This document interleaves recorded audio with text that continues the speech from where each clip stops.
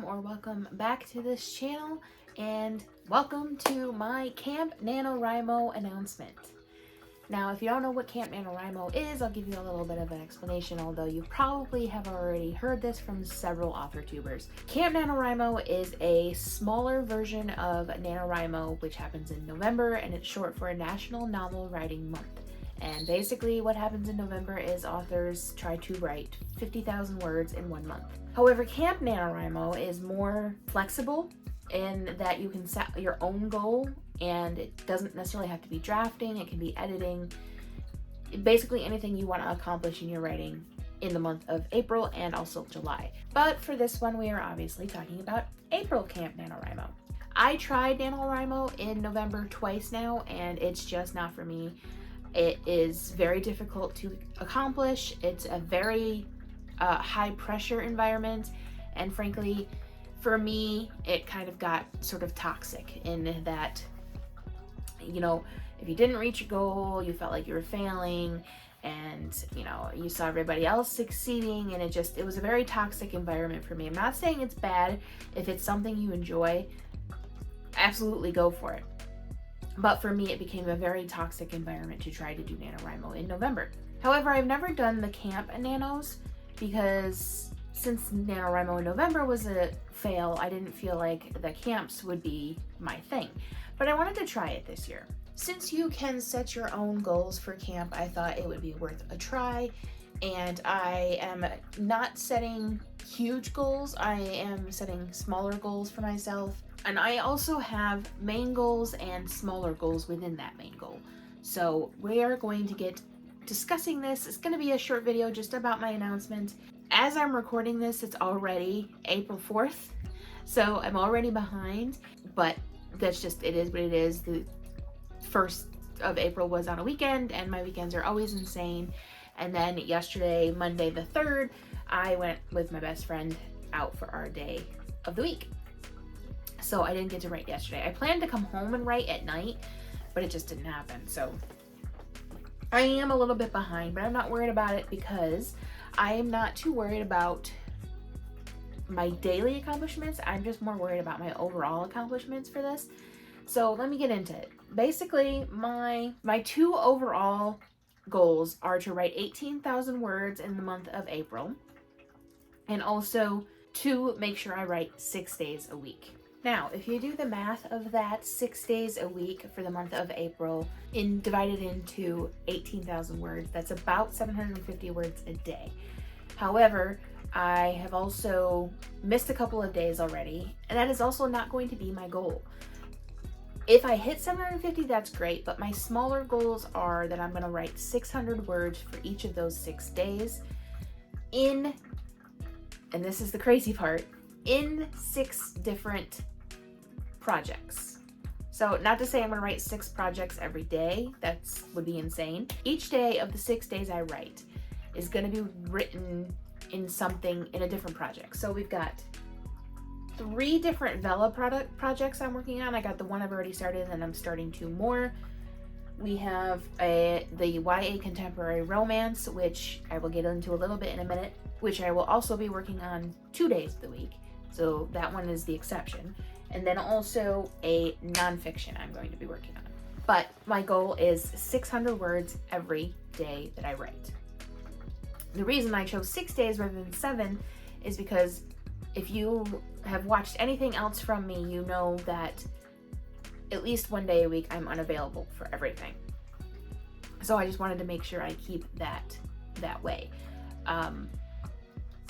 Some days are going to be more challenging than others, obviously, like if we have to go grocery shopping or something, or if my work is a heavier workload than usual, it's obviously going to be a trickier day, which is part of the reason why I'm keeping my daily word goal at 600, because I feel like that's a low enough goal that I will be able to do it, whether I have a large workload or not, whether I have to do errands or not, things like that.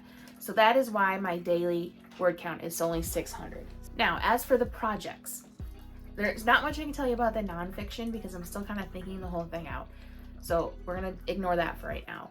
The first Vela that I've already started, you know, is the Mystery based on Agatha Christie's writing. The two other Velas that I have decided to begin is, one is an adult dystopian about 200 years from now, when everybody has been made immortal from a drug that the government gave them, but there is some secrets that have to be unveiled. And the other, I'm not really sure what genre this would be considered. I guess women's fiction, literary fiction, I don't really know. But, and I guess kind of sort of paranormal too. It's kind of a difficult story to place into a specific genre. I'm not going to tell you the title because I don't want to give away what it's about too much, but basically it's going to be about a woman who is a cat shifter and has to live her 9 lives as a curse. There's a lot more to it than that, but again, I don't want to give too many spoilers. So it's kind of historical, kind of not. It's kind of paranormal, kind of not. It's very difficult to explain, but I'm looking forward to writing it, and I have the whole thing fleshed out. Well, not really, like I don't really have an actual outline, but I do have like notes of what's gonna happen and some research notes, stuff like that. So I'm really looking forward to that one. The reason I'm starting 2 more Velas, well, a couple of reasons. First of all, Vela is amazing, and if you are a writer in the United States and you have not started Vela, you're missing out. Because not only is there a huge support system in the Vela community, but I have only been published on Vela for I think this is going into the 2nd week. And I have already gotten nearly 200 episode reads in barely 2 weeks. That's insane. Like, and also, so as I mentioned in my other video, the first 3 episodes are always free to read of every Vela. So an author doesn't get royalties on that, because you only get royalties on the tokens people buy to unlock the other episodes, which is fine. Don't freak out when you hear that, because it's not that you don't make money off of those 3 episodes. What happens is Amazon has a bonus that they pay out to Vela authors to make up for those 3 episodes not getting royalties.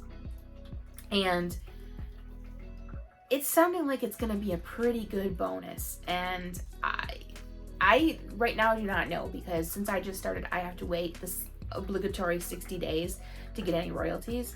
But based on what I've heard from other people in the Vela community, it's pretty good. And also, they just rolled out, they had it as a beta program, but they just made it permanent, where people can actually comment on your episodes as they read.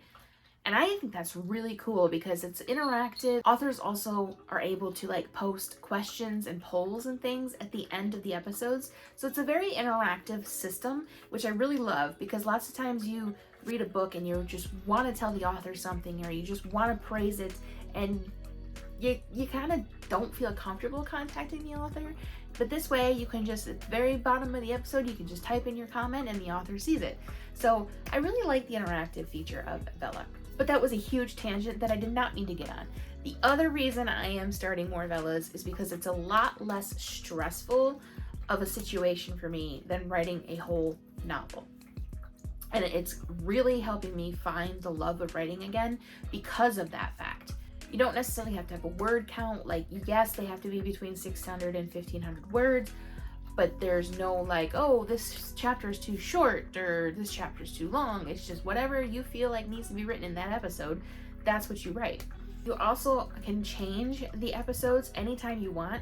So if you get feedback on an episode and somebody mentions that there's an inconsistency or something, you can go right in, change it, re-upload it, and you're fine.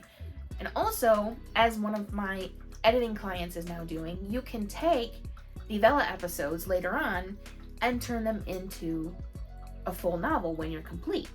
So it's not that you're limited to having it on Vela. You can take it and turn it into a full novel later.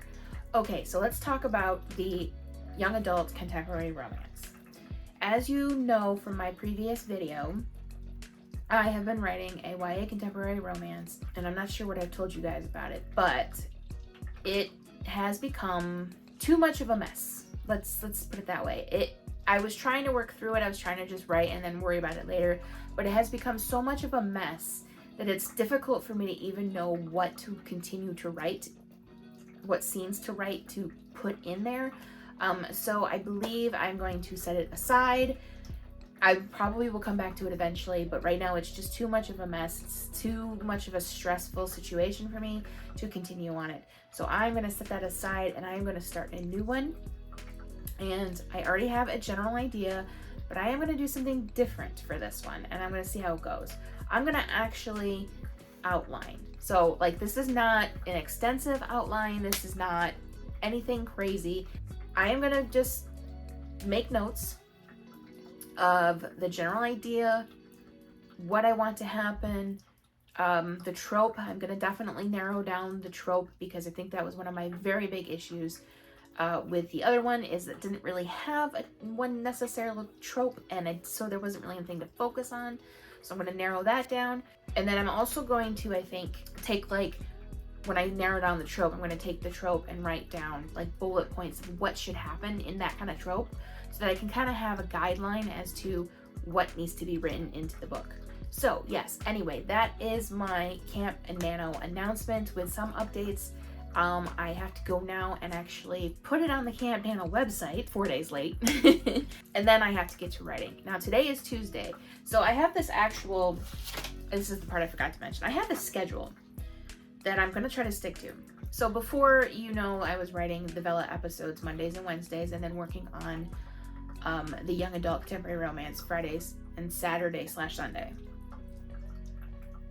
Because I want to write 6 days a week, and I want to write in 5 different, I actually said 6 different projects before, because I'm working on the contemporary romance 2 days a week. So I have made myself a little schedule. It's not really a schedule, just kind of what day I want to work on what, just to give myself a little bit of a direction. So I'm still going to work on the original Vela on Mondays. Tuesdays is the nonfiction. Wednesday is the one that I can't make a genre out of, Vela. Thursdays is the dystopian Vela, and then Friday and Saturday/Sunday is still going to be the contemporary romance, because it's just the best days to work on that because of less office hours. So today is Tuesday, so I need to work on the nonfiction. However, since I did not write yesterday, I really need to give priority to the next episode of the original mystery Vela. So I'm going to work on that, and then if I have time, I'll work on the nonfiction. If not, the nonfiction will just have to start next week. So yeah, that is my Camp Nano announcement, and I know it's kind of confusing, and I know this video was kind of a big mess. Yeah, good luck if you're doing Camp Nano. Let me know in the comments if you are, and if you're not, I hope you enjoy the Camp Nano vlogs that all the author tubers are putting out. I will be putting out some, however, probably not as many as most author tubers. So thanks for watching this. I hope you enjoyed. I hope you're excited about Camp Nano, and I will see you guys in the next one. Bye.